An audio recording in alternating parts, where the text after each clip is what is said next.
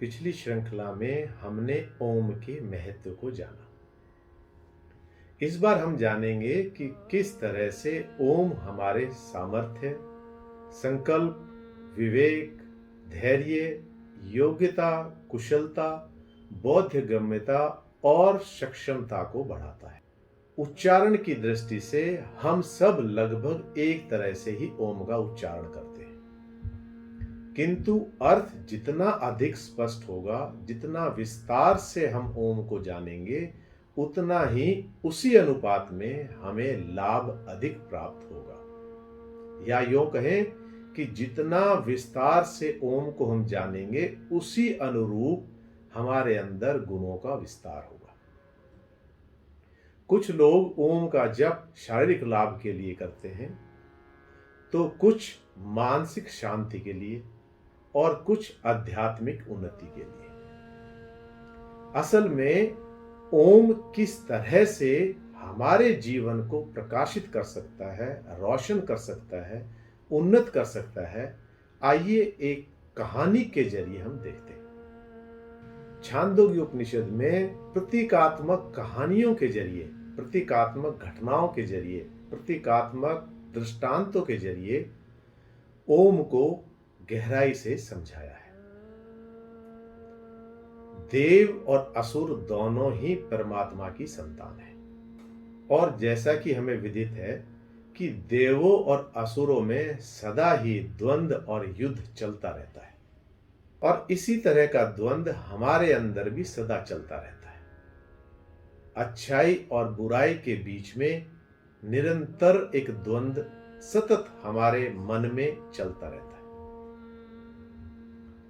असुरों और देव के युद्ध के अंदर देवों ने यह सोचते हुए कि ओम की सहायता लेकर, यानी उद्गीत की सहायता लेकर हम इन असुरों पर विजय पा सकते हैं, ऐसा सोचकर ओम को प्राणों के जरिए ग्रहण करने की चेष्टा की, और उन्होंने प्राण का अर्थ लगाया श्वास, यानी कि नासिका।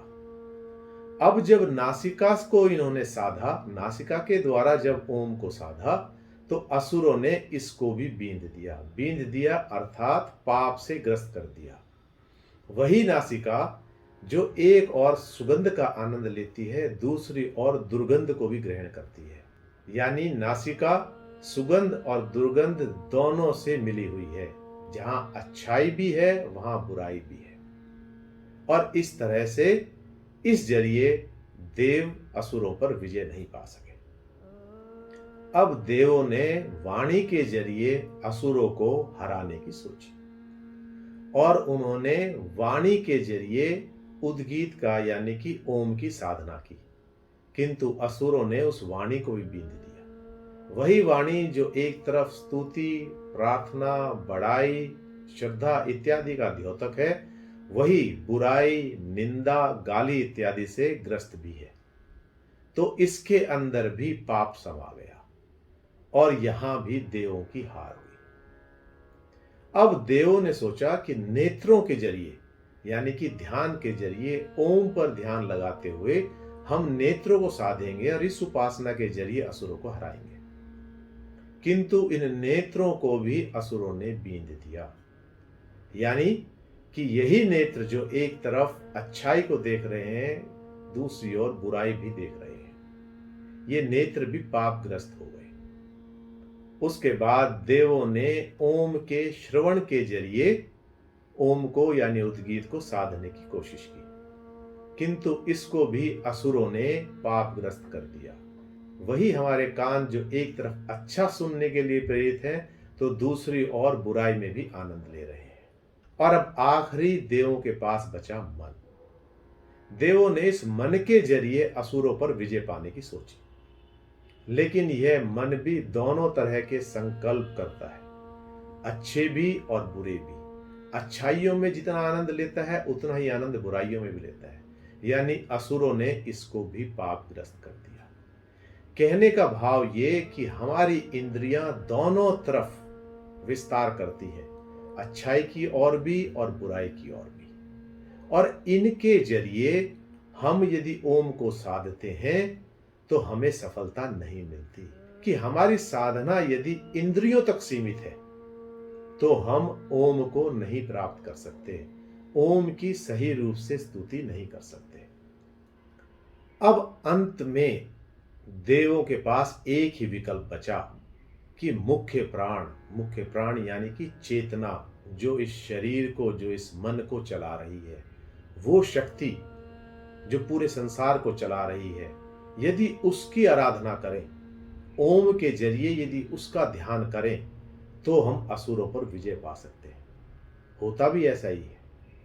इंद्रियों से ऊपर उठने के लिए हमें उस परमात्मा को गहराई से समझना होगा। और जब व्यक्ति ब्रह्मनिष्ठ होते हुए इंद्रियों के दोषों को दूर करता है तो इंद्रियों के स्तर से ऊपर उठ जाता है, उसकी इच्छा शक्ति दृढ़ हो जाती है, उसके संकल्प, उसके सामर्थ्य, उसकी योग्यता, उसकी कुशलता, उसकी बोधगम्यता, उसकी सक्षमता, उसके विवेक, उसके धैर्य इत्यादि में वृद्धि होती है।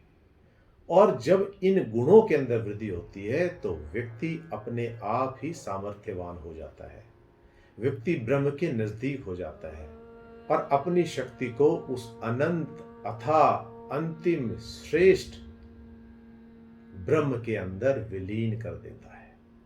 और वही व्यक्ति सच्ची में ओम की उपासना करता है, ओम को समझता है।